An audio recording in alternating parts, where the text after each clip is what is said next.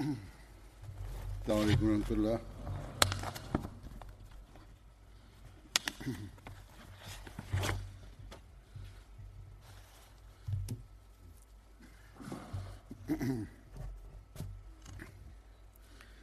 أشهد أن لا إله إلا الله وحده لا شريك له وأشهد أن محمدا عبده ورسوله أما بعد فأعوذ بالله من الشيطان الرجيم بسم الله الرحمن الرحيم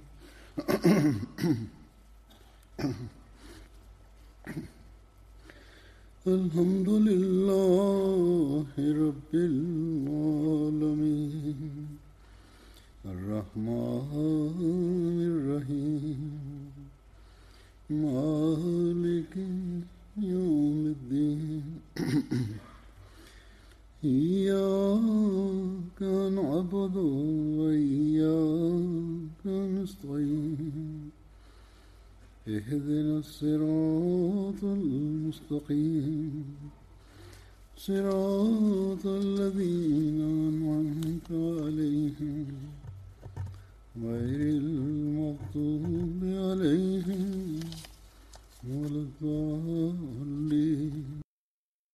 Bismillahirrahmanirrahim. Huzur say okomsheni konkom Muhammad sallallahu alaihi wasallam na suafo na omoko badar kun no amacha ase ka omo ho asem na enenso omo ho asem na meka na enam aproba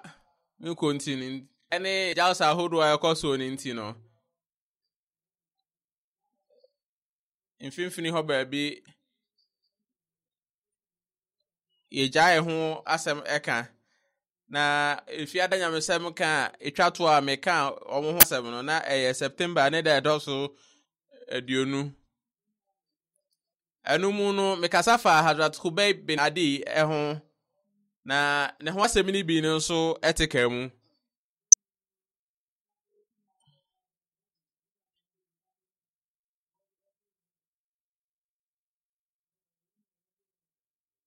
Huzur se mu no okase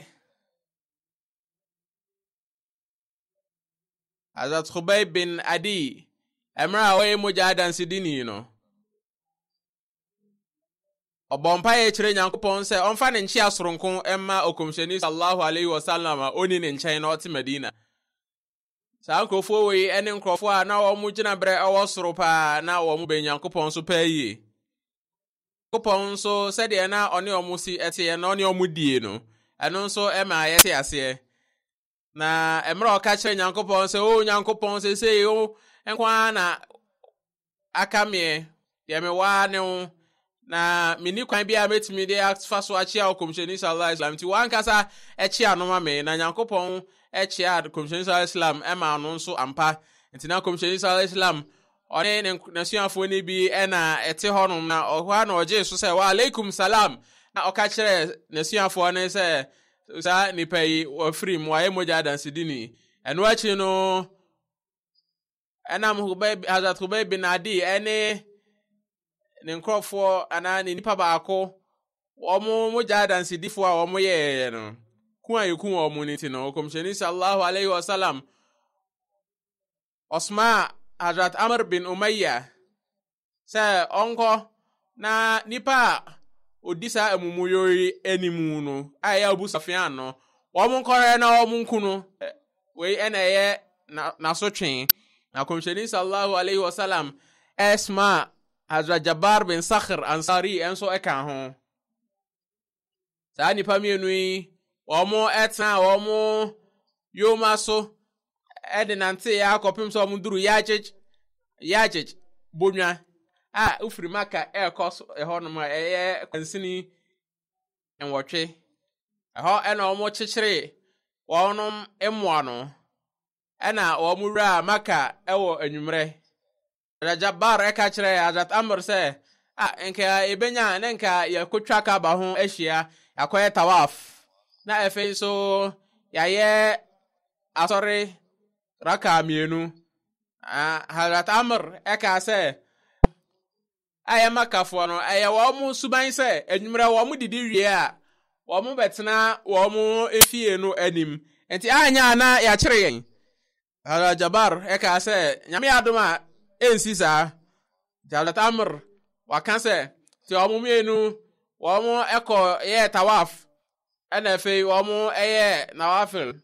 raka mienu ana fe wo mu ko so mu ko hwehwe Abu Sufyan simi de Yakopon di se na ya na mfamo na makafo ne ba ko ehu yen na ohun ya de ban so ye dipa ban aka se anya Amr bin Umayya ni setie bia no boni bi ti no oba e ka kire nipa amene nam ne se mumye ya mo ho ba ye firi hanom ti adimrika e firi ho kopem se yakoforo bipobi na omo so e hyase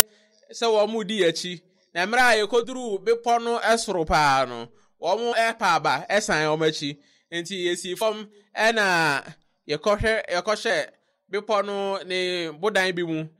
ye da ho no ma de chinye no Quraysh ni ba ko ode ne ponko e ko adidie e na obefa ho no na ye ka se sani pa ehu yan obobo edede ama ya kire yen enti ebe ya yenkunu ya kire yenkunu ana ye man na Hazrat Amr se na o sekan bia ono ankasa wa hyeda ase ano ama Hazrat Abu Sufyan nti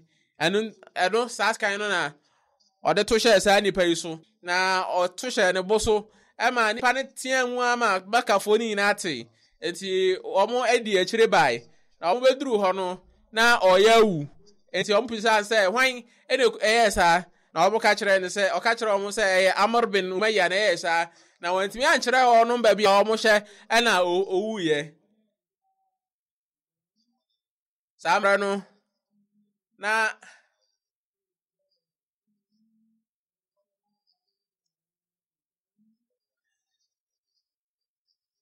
tibia omo wo mu no ene se na otan ya na wo mu nti no se ye kire omo a nipa oyedede na se ye kire omo a omo beku omo enti sebe ya omo betimi abo omo ho ban afiri si ye be kire omo nti no ene ma omo ato hye ne so na omo ku no enti wantimi a kire omo bia omo ewo na odi wuye enti ade e kyan ye no omo ka se de obambo nti enko Medina ti omo ko fa nipa krio bia na omo ehwe Hazrat Khubayb bin Adi ne namu no eso na omo ba ko ka se nipa ya omo bayi ba ko ewo mu an nante yete se Amr bin Umayya pepepe mi hu obi an nante yesa no sa na se nkanya se Amr bin Umayya o Medina an ka se yo no Yakopon ede nkataso kata o mani so enti omo ko duru asenua omo de Hazrat Khubayb bin Adi abo so no enchen na omo efai edimirika de free honom na nkrofo no ehya se omo edi omo achi na abawo abakosem bi se sa nkrofo no na ebinom abobo ebinom eda ebinom utonko ti omo ntimi ehunu mra omo efa asenua no na nipa no eboso ede edwane ye enti omo de koya ma Hazrat Jabbar omo oduru Yajij wepo no eso na nkrofo no edi omo achi enti omo toto sutini bi emu na nkrofo no ehunu asenua ni bio na Hazrat Amr se o ka kire Hazrat Jabbar se ye free hanum ko tna uyoma so ne ko me hwese nkrofo o mmeto enti Hazrat Jabbar se ono o free ho ko pem so omuduru Yajnan be poso na be sequence na di onunum o free maka ko ho no mo a efe o free ho no mo ko arsh bia ho no so ye be sequence na di osun enwotwe o free Medina ko ho no mo a na mra omuduru Naqi no o free Medina ko ho no ma be sequence na di osia no Quraysh wo mo abososonfo ne mienu mihu wonum wo mo nsoso no na yasomam so mo mehwehwiane o ma ewo o mahwensem ewo Medina ɛwɔ nsumaye mu na meka kyerɛ wɔn sɛ momfa mo makodeɛ nyinaa ngu hɔ na wɔn baako ampene so nti meto agyan wɔ no eku no na baako nso a ɛka ho no mekyerɛ no de ne ba Madina abakɔsɛm baako no mayi azumri ɔse ɔkɔmhyɛni sallallahu alaihi wasallam ɔsma ɔno nko a sɛdeɛ bɛyɛ a ɔde Hazrat Khubayb ne asɛnnua no ɛbɛba nti ɔkɔfae na osuro sɛ obi ɛbɛkyere no nti ogyae hwe fam na ɔdane ne ho a deɛ obuhu ane sɛ afei no asɛnnua no ayera te sɛ deɛ asase no afa no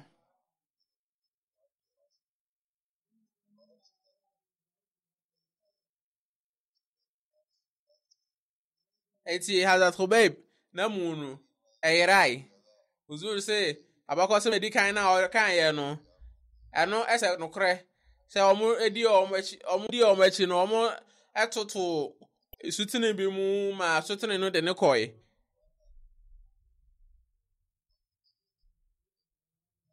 uzur sɛ ɛnam saa asɛm yi nti na Hazrat Khubayb wagye din sɛ na mu no ɛyerai awura asase mu na mmom no deɛ ɛka akɔsia ne sɛ Qurayshfoɔ no ne anom pɛ sɛ ɔmo edi no wɔn antimi wɔn anya na mu no na asan so aba abakɔsɛ mu sɛ Muawiya Ujaid bin Abu Ihab na fra yɛfrɛ no Muawiya na ɔwɔ efie no a yɛakyere Hazrat Khubayb atumu no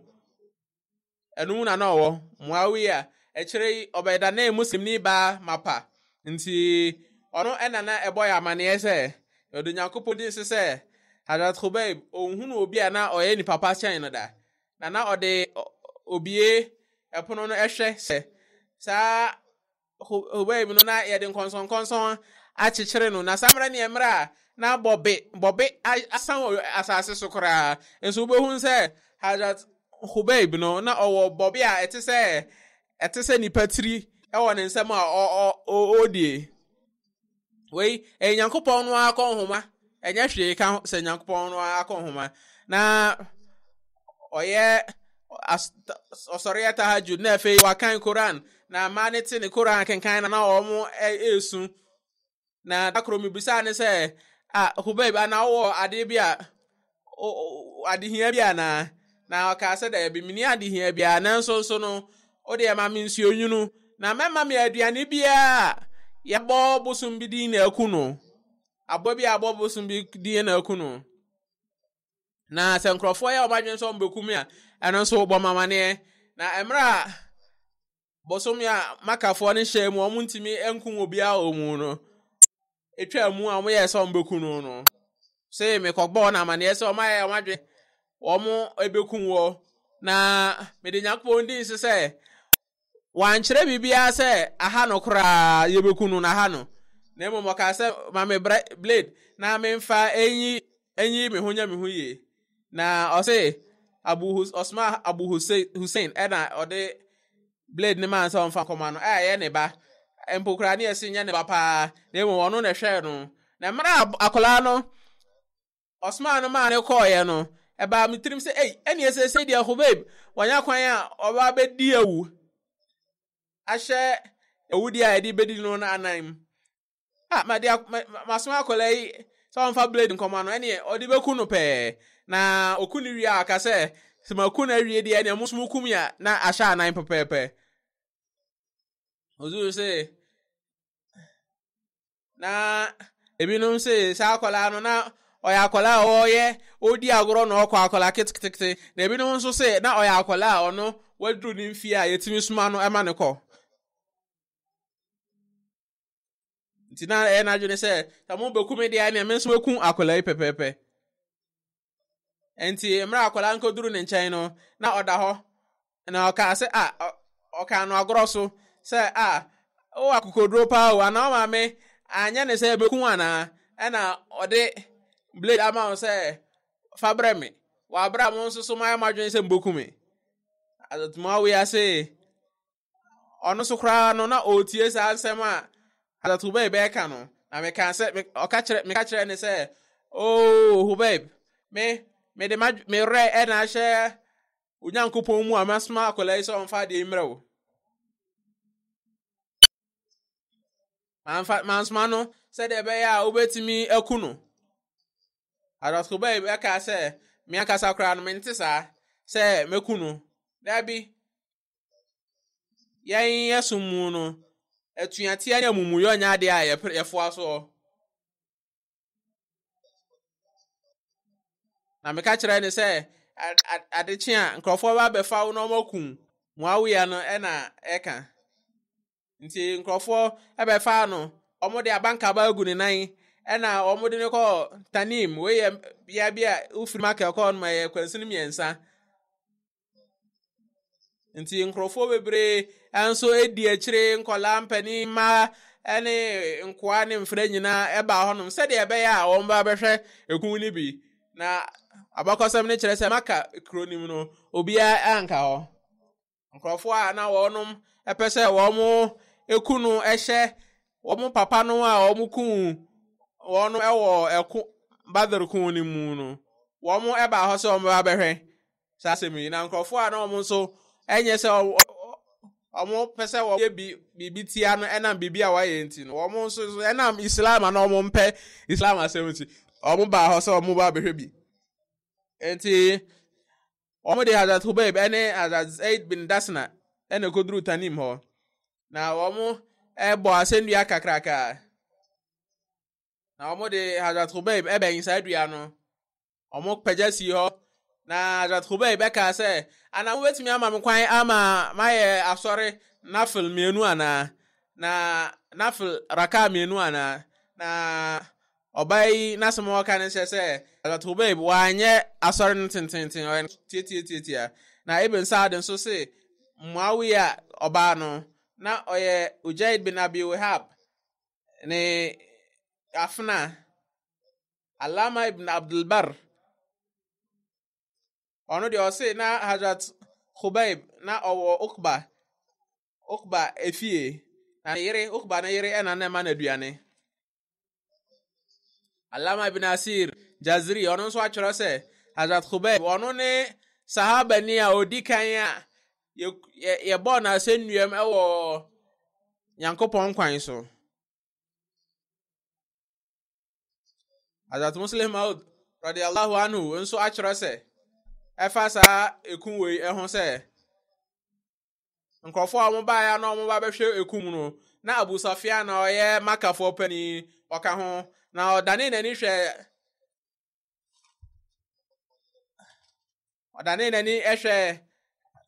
ehwe no ka kire nse ana on pese Zaid aka kire nse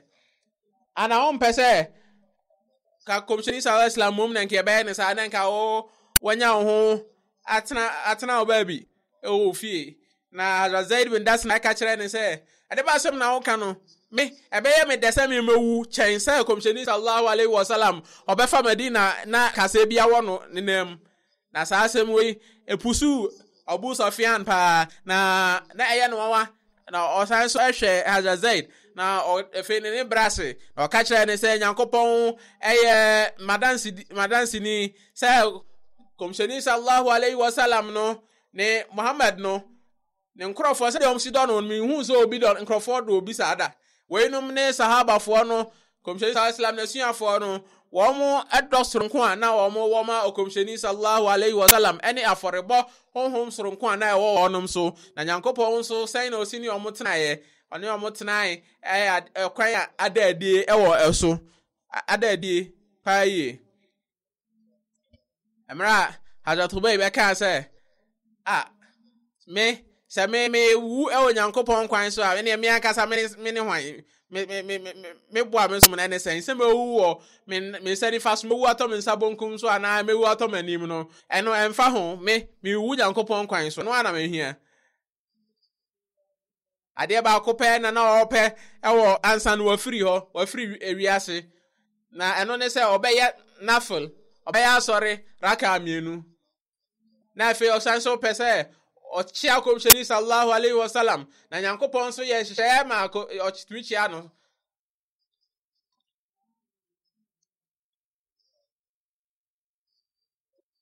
na ɔdɔ a ɔma kɔmhyɛni sallallahu alaihi wasallam na so ama ne ba sɛ ɔmo mpɛ sɛ ɔmo ɛbɛtena nkwam koraa na nka kɔmhyɛni kasa bi awɔ ne nam kɛkɛ ɛno ɛna ma saa nkurɔfoɔ yinom ɔmo kɔgyina bere a nyankopɔn n'ani gye soronko ɛbaa wɔn mo so Hazrat Abdullah bin Ubay bin Sulul ɔno ne sahaba ɔtɔ so a mɛka ne ho asɛm Hazrat Abdullah na ofiri ansarfoɔ ɔmo abusuakuo Khazraj ne fa ɛyɛ Banu Auf emu na Abdullah bin Ubay bin Sulul ɔyɛ nyaatwomfoɔ no ɔmo panyin no ne ba ani na ɔyɛ ne papa na ne so ne ba ne deɛ Abdullah bin Ubay bin Sulul no ɔno deɛ na ɔyɛ suani ma papa ɔyɛ tuama ne maame de Khawla bint Munzir na onyambe muslimini ne yɛfrɛ no Hubab na kɔmhyɛni sallallahu alaihi wasallam ɛna ɛsesa ne din ɛyɛ no Abdullah na ɔka kyerɛ ne sɛ Hubab no ɛyɛ bonsam edi Sulul ne deɛ na Abdullah bin Ubay na ɔyɛ nyaatwomfoɔ mpanin no ne papa no na ɛyɛ ne nana ba edi nana ɛyɛ ne maame nti na wagye din ɛno nti na ne yɛfrɛ no Abdullah bin Ubay bin Sulul nana ɔyɛ Abu Amr Rahab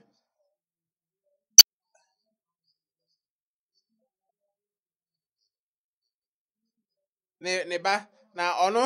ɛna na ansa na kɔmhyɛni sallallahu alaihi wasallam yɛbɛyi ne kɔmhyɛni no na ɔkasa kyerɛ nkurɔfoɔ sɛ kɔmhyɛni bi ɛbɛpie ha kɔmhyɛni bi pɛn aso ti kɔmhyɛni bi ɛbɛba ha no na ɔhyɛ ntade akɛseɛ na ɔsom nyankopɔn bebree na mmerɛ a nyankopɔn ɛyi ne kɔmhyɛni sallallahu alaihi wasallam no nipa no ɔbɔ nkurɔfoɔ kɔkɔ no n'asɛm no na afei ɔhyɛ aseɛ sɛ ɔyɛ ɔteatua ɛnam ahoɔyɛ nti otiae na ɔne abosonsomfoɔ no ɛbae sɛ ɔmo bɛko atia kɔmhyɛni sallallahu alaihi wasallam Badr ɛko nim na kɔmhyɛni sallallahu alaihi wasallam frɛ no fasik mumuyɔfoɔ Hazrat Abdullah ne ma Ubada Julaiha Khaisama Khawaili ɛne Umama ɛna yɛka ho asɛm abakɔsɛm mu Hazrat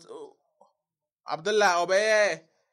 muslimi na ne Islam no nso edi mu paa Abdullah ɔne kɔmhyɛni sallallahu alaihi wasallam ne ko Badr ne Uhud ɛne yɛko ahodoɔ nyinaa Hazrat Abdullah na onim atwerɛ ɛne akenkan so Hazrat Aisha ɔno nso ɔkeka hadith bebree kyerɛ Hazrat Abdullah na Hazrat Abdullah ɔyɛ obi a ɔtwerɛ Quran aba abɔkɔsɛm mu sɛ Uhud konim no Hazrat Abdullah ne hwene etui na kɔmhyɛni sallallahu alaihi wasallam ɛka sɛ wɔn mfa sika kɔkɔɔ ɛhwene ɛnhyɛ hɔ ma no na ebinom nso se na ɛyɛ ne simienu ɛna tuiɛ ɛna kɔmhyɛni sallallahu alaihi wasallam ka sɛ wɔn mfa sika kɔkɔɔ ɛsen ɛnhyɛ hɔ ma no na deɛ ɔka asɛm ne sɛ wei no ɛna ɛsɛ nokorɛ na ɛno nso na atrɛ kɛse ozo se binom ɔroma na ɔmo ha ɔmo ani ka nsɛm bebree bi ɔroma na ɔmo nim asɛm ni mu so enti ɛsen deɛ no ana ɛsɛ nokorɛ sɛ na ne se tui mienu ɛna kɔmhyɛni sallallahu alaihi wasallam ɛma yɛde sika kɔkɔɔ deɛ ɛhyɛ ɔmo ano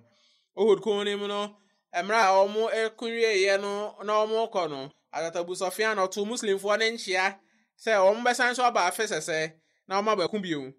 aba ɔsirat khatim nabiyin mu Hazrat Bashir Ahmed Sab wakyerɛ sɛ Uhud ako no akyi no wɔn ɛfiri hɔ no Abu Sufyan ɛto muslimfoɔ ne nkyia sɛ afe sɛsɛ wɔn bɛhyia Badr ɛne wɔn ako na kɔmhyɛni sallallahu alaihi wasallam nso ɛgye ne nkyiatoɔ ne tum nti eduru Shawwal bosome ɛwɔ afe a edi ɛsoɔ no ɛyɛ hijra akyi mfie ɛnan ne mu no kɔmhyɛni sallallahu alaihi wasallam ofiri ɔde muslimfoɔ bese apem ene ahanum na oye Hazrat Abdullah Amir ewo Madina ana Abu Sufyan bin Harb so ono so ede Quraysh fo bese asrafo be empemienu epie firi maka so mo so eba na Uhud kunu de na akoso awie na omo doso so nanso na kuma osuro na kuma mu ti na omo maka ho no omo nyampie yikura na osma obi a friend Nuaim sa onko Madina na onko hwehwe odon ka kire ne se de obetimi bia no onko hunahuna muslim fo no a emfa ntro ne nkontompo nhunahuna wonum se de be omo ma ekon no enti sa Nuaim ono so ba Madina na obekai ebe ha na nifa ekasafa Quraysh fo no omo hoden ni womo ahoboa omo de bakon no enti na nkrofo akoma tutu e wo Madina ti nkrofo sha ase so omo so se nkombeko na so mra komsheni sallallahu alaihi wasallam ka kire wonum se wonum mpie no na oka ne kasa na oka wo mu se yan yaje kufar fo no womo nchi ato no atum na nyade a ebedan ye ho nyade a ebedan ye chi se ba ne se me nko a me kompokura se musuro na me nko a me nkokura na me nko a meko na me nko a meko akogina wo mani mini wo mako nkrofo te sa komsheni sallallahu alaihi wasallam ne nsem kan wo mo esuro no efiri wo mu na efe wo mo de no kora ene odosoro nko eye krado so mo ni komsheni sallallahu alaihi wasallam ebeko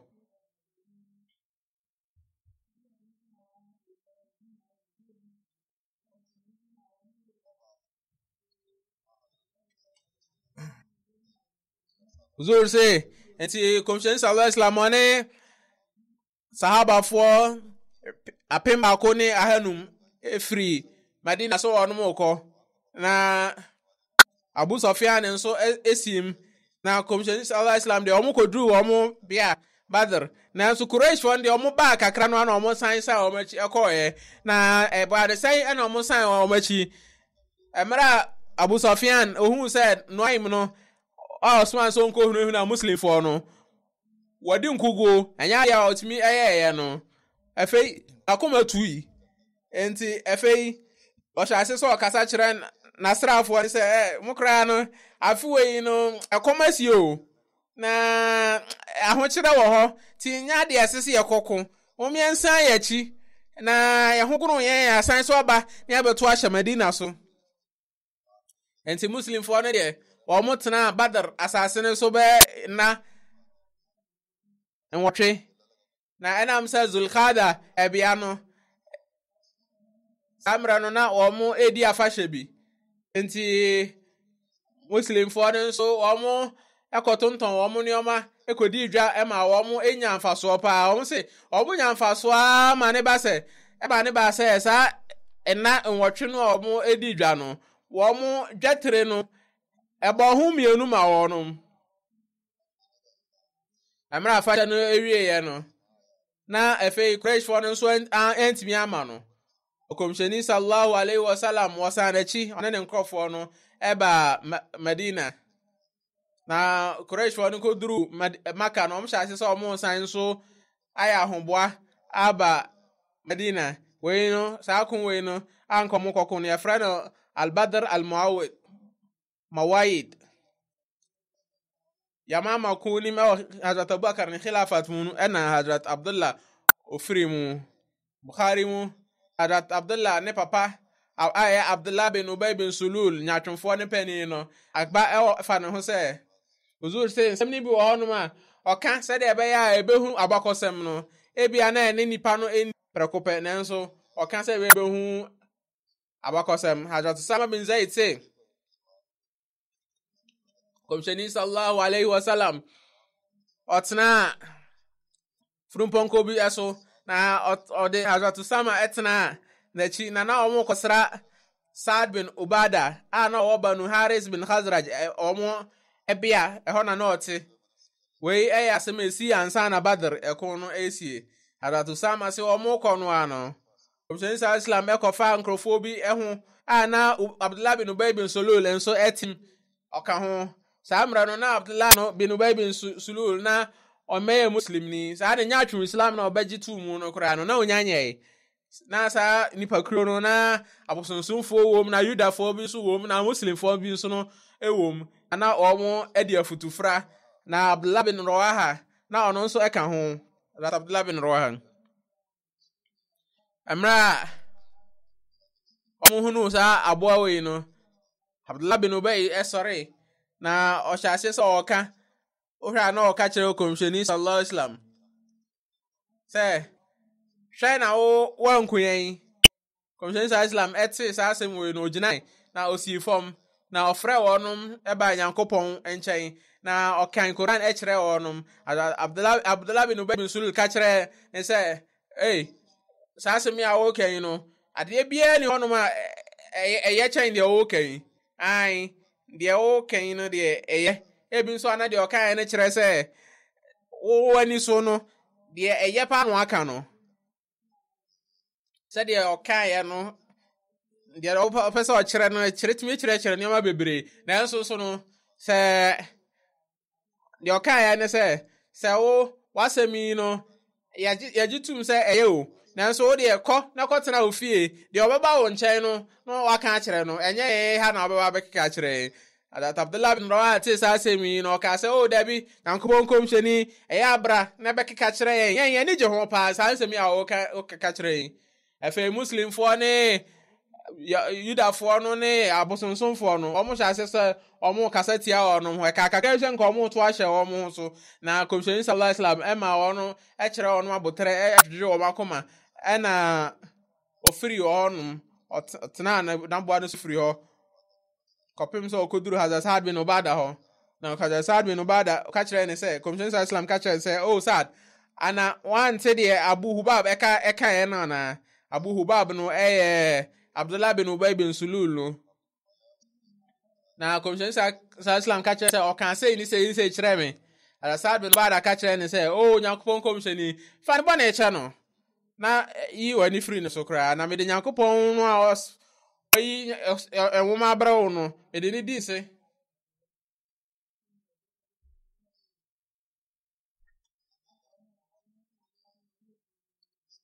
Nyankopɔn ɛde saa nokora no ɔde nokora ayi enwoma na ba so na ekrom hɔfoɔ no wɔn ayɛ wɔn adwene sɛ wɔn bɛsi Abdullah bin Ubay bin Sulul no ne ombesi ne hene na enam sɛ Nyankopɔn ɛpɛ sɛ na ɔbɛyɛ hene na wabɛyɛ ɔhene ne nti no ama saa nipa no wayɛ ahoyɛ a ɛno nti ɔka de ɔka yɛ no na kɔmhyɛni sallallahu alaihi wasallam ɔte saa asɛm wɔ no ɔde ne ho kyɛ no na sɛdeɛ Nyankopɔn ɛka kyerɛ no no na ɔde ɔmo ɛbɔ ne nyinaa kyɛ wɔn no na ogyina pintin ɛwɔ wɔn ade ayaka de ana wɔn ade ɛyɛ no ano ɔse wala tasma'unna Nyankopɔn ka sɛ wala tasma'unna min alladhina utul kitaba min qablikum wa min alladhina ashraku adhan kathira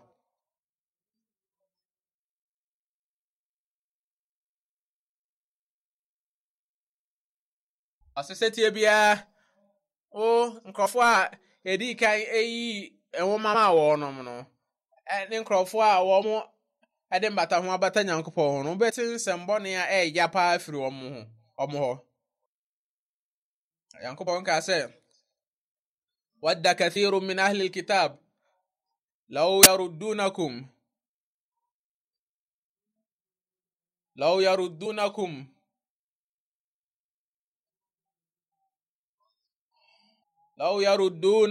min ba'di imanikum kuffara hasadan min 'indi anfusihim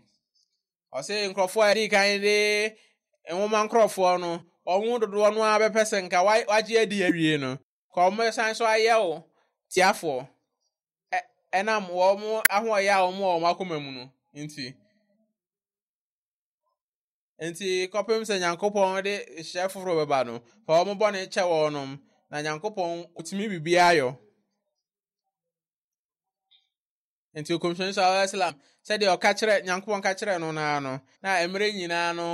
ɔde ɔmo kyerɛ wɔnom ɛkyerɛ yi ena Nyankopɔn ɛma no ɛho kwan ɛma ɔne ɔmoko yɛ ɛwɔ Badr ɛko mu nti Quraysh fo no ɔmo akuku da akɛse ɛku wɔnom na ɔmo hunu sɛ Abdullah bin Ubay bin Sulul ne nkrɔfo ɔmo hunu sɛ Islam no adi nkonim no ɔmo hunu sɛ sasem ɛfɛ Islam no ɛnya tumi pa o nti ɔmo ɛbɛyɛ Muslim fo ebi ɔmo nso ɔmo Islam no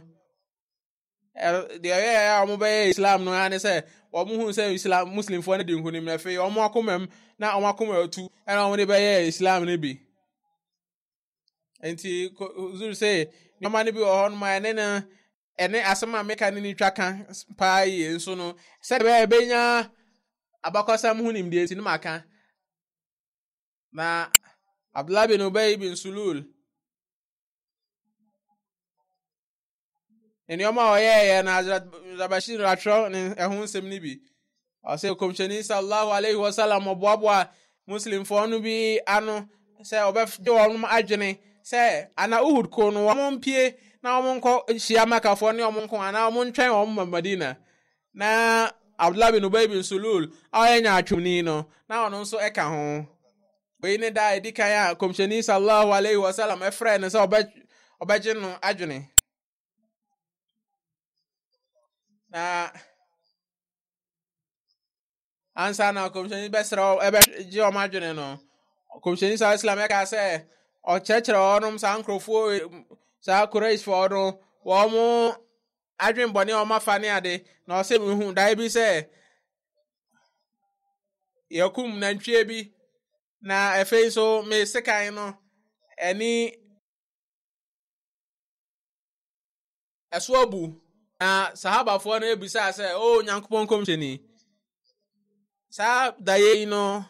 ɔte aseɛ sɛn akomhyɛni sallallahu alaihi wasallam ka sɛ nantwie no a yɛkum ne deɛ mete ase o ne sɛ me sahabafoɔ no ebinom ɛbɛyɛ mogya dansidifoɔ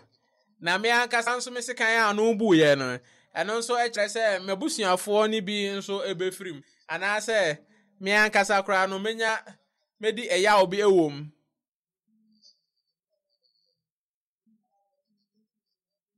na me san so ehunu ne sɛ dae ne kyerɛ sɛ ɛsɛ sɛ yɛtena Madina na yɛne ɔmoko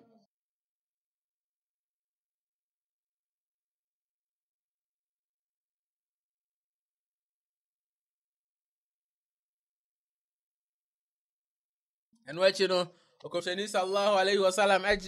ebusa onom se enti enya den ebinom adwen ho sabafo akese no bi adwen ho na omo adwen okomsheni sallallahu alaihi wasallam ne dae no ho na ebi ka se omo ka se ese se ye tena Madina ha ya na Abdullah bin Ubay bin Sulul no enya atwomfo pani no ono so ka sa pepepe na komsheni sallallahu alaihi wasallam nso agitum sɛ an megidi sɛ de ɛyɛ man ne sɛ yɛbɛtena Madina na yɛne ɔmo ako ha na sahabafo a na ɔmo yɛ mabunu no ɔmo a nkankapa ne ɔmo ntimi anko adorku ne bi no ɔmo de na ɔmo pɛkwan akɔku ne bi na ɔmo nso akonya ama ɔmo nso akonya inhyira ne bi enti na ɔmo de ɔmo pɛ sɛ ɔmo pie na ɔmo ɛkɔko na ɔmo kyerɛ ɔmo adwene gyina saa asɛm so ama afei no komsheni sallallahu alaihi wasallam ɛka sɛ yo ɛne saa na teɛ deɛ a ɔmo yɛnkɔ abɔnten ne yɛnkɔko enti ɔmo yɛ adwuma asɔre wieɛ no komsheni sallallahu alaihi wasallam ɛkan sɛ muslimfoɔ no ɔmo mmra na ɔmo nkɔko Nyankopɔn kwan so enti kɔfoɔ ɛkɔ ɔmo efie Hazrat Abubakar ɛne Hazrat Umar ɛboa komsheni sallallahu alaihi wasallam ɛma ɔkyekyere na botire na ɔfa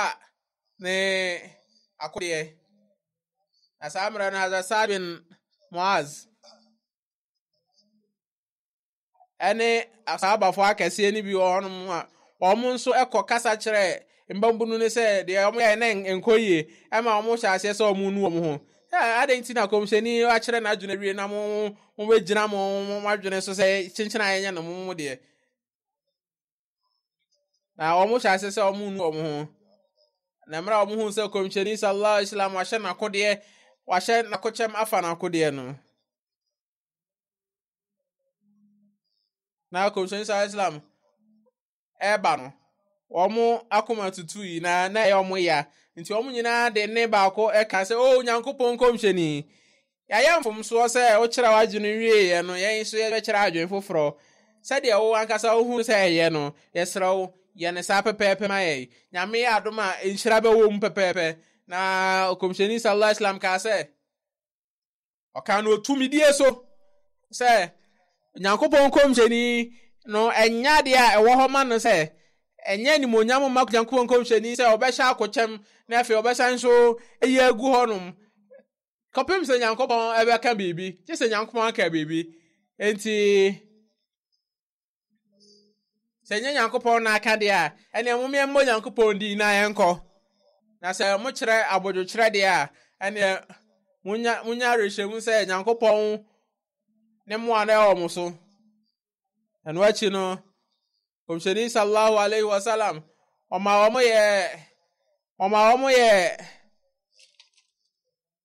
omo ye franka miensa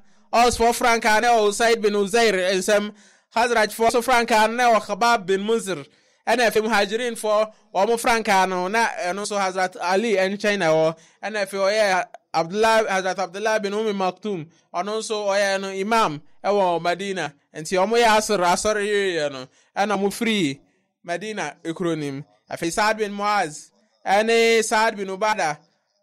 na omo komsheni Islam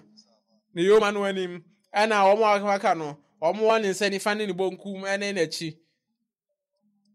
Uhud ebia no ye bepo bidi no sa Uhud bia no ofri Medina ko ho no ma kwansini miensa omo ko duru bia efre ho Sheikhain ebe Medina omo ba mo ho adwa ho na ho na osese omo sese asrafo no na nkola no na omo pese omo kwa akoni bi no omo san machi enti Abdullah bin Umar Abu Said Osama omo nyina omo ko machi na Rafi bin Khadij ono so ya akola na so na ejan tupa enti enam sa ejan onim tuo ni enti no opapa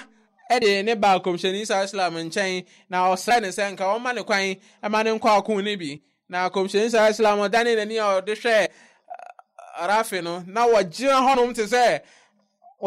te se sra ni kese pa kunkon se de we Nyankopɔn komsheni behu ne tententen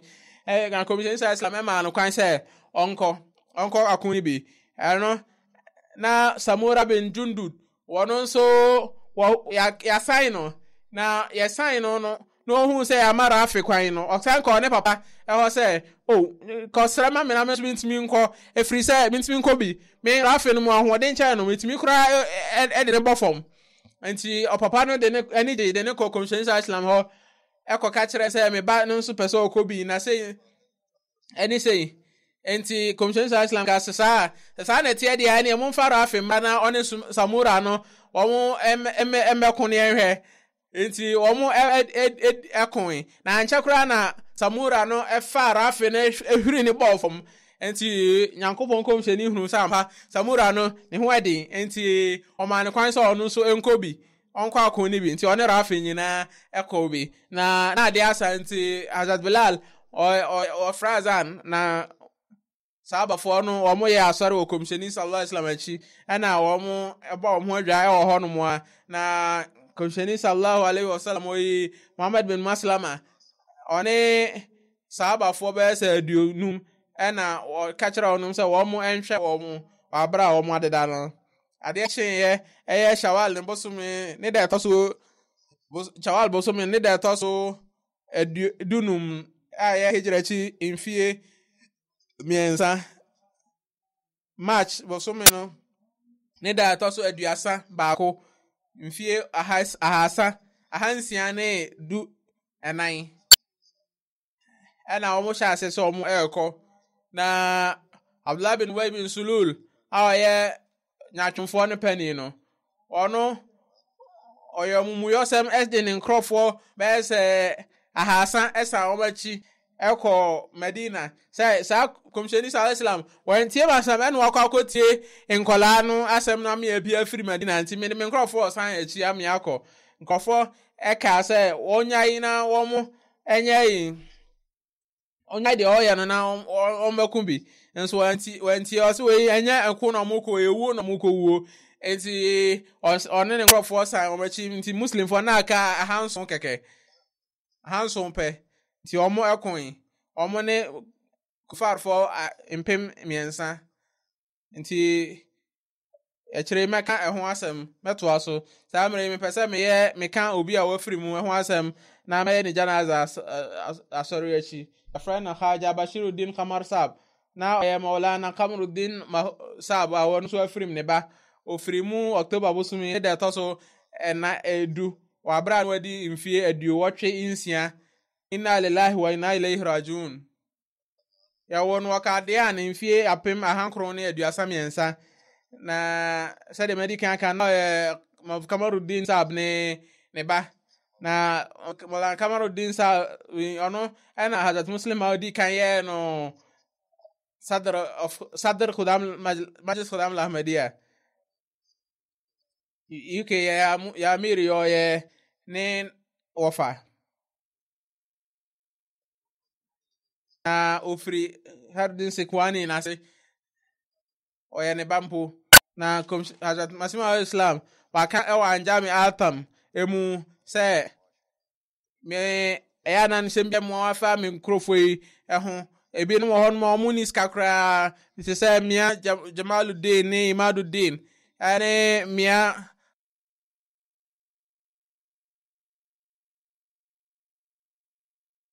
Kharuddin Sekwani womuni hwe enso eya womo eyere womo ho atua chanda ne pa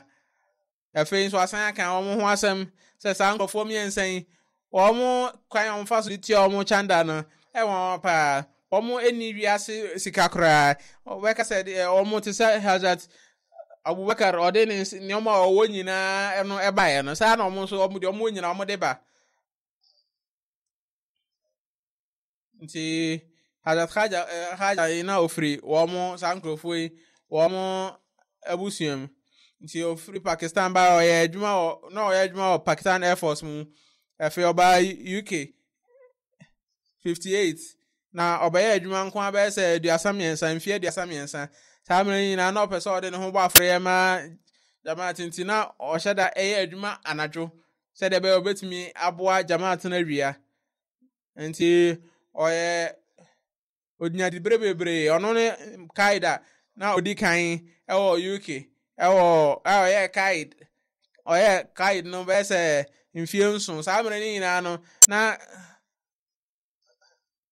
ono na hwe majlis odam nyina so efe no be National General Secretary Mal Secretary Rishta Nata Secretary Umuri Amma Naib Afsar Jalsa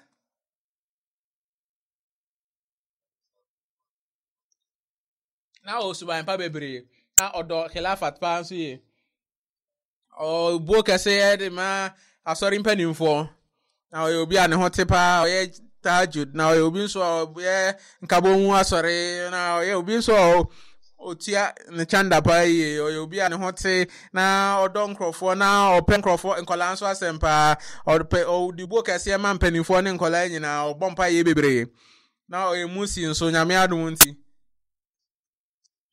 na oja ne yire ene ne baba ema baako ene mama mienu efe na onuanum mienu ene nuanum biensa ne baako ene oye sofo asese oye adwuma o MT Alhakam na kasima choro se na eduru mimene da ene kosiada yeko ye nana ho na ni ehu no etimi ne edi nsawoso pa na me hu se da bia no ye na wafil ansa na waye wada na wafil no oye odi abotre ye pa na eduru ade chen so anu aso ya tajud no aso nya ne yesi enko ye fajer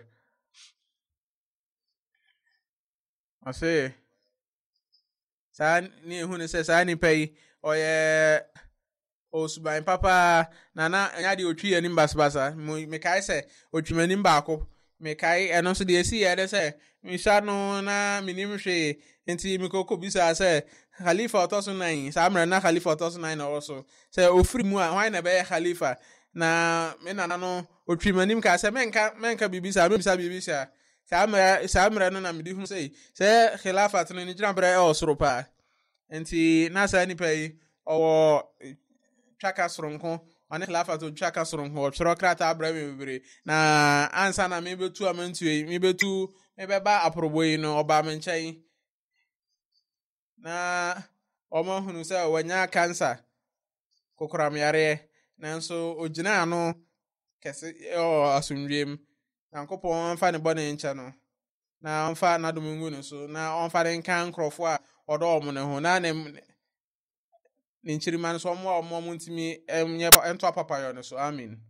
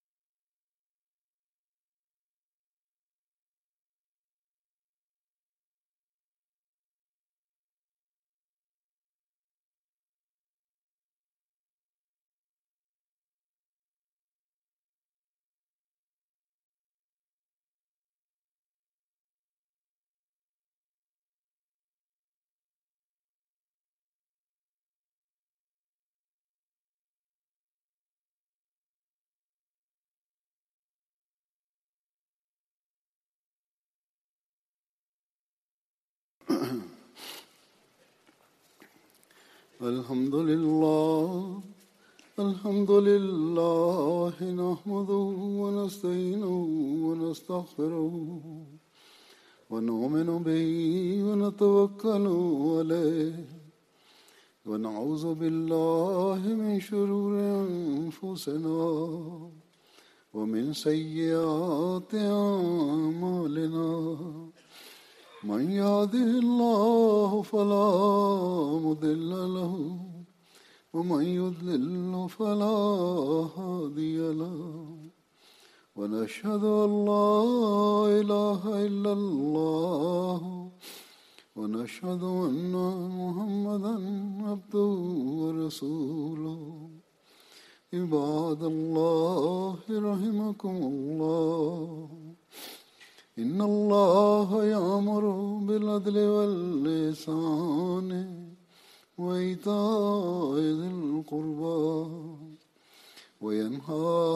عن الفحشاء والمنكر والبغي يعظكم لعلكم تذكرون اذكروا الله يذكركم وادعوه يستجب لكم ولذكر الله أكبر.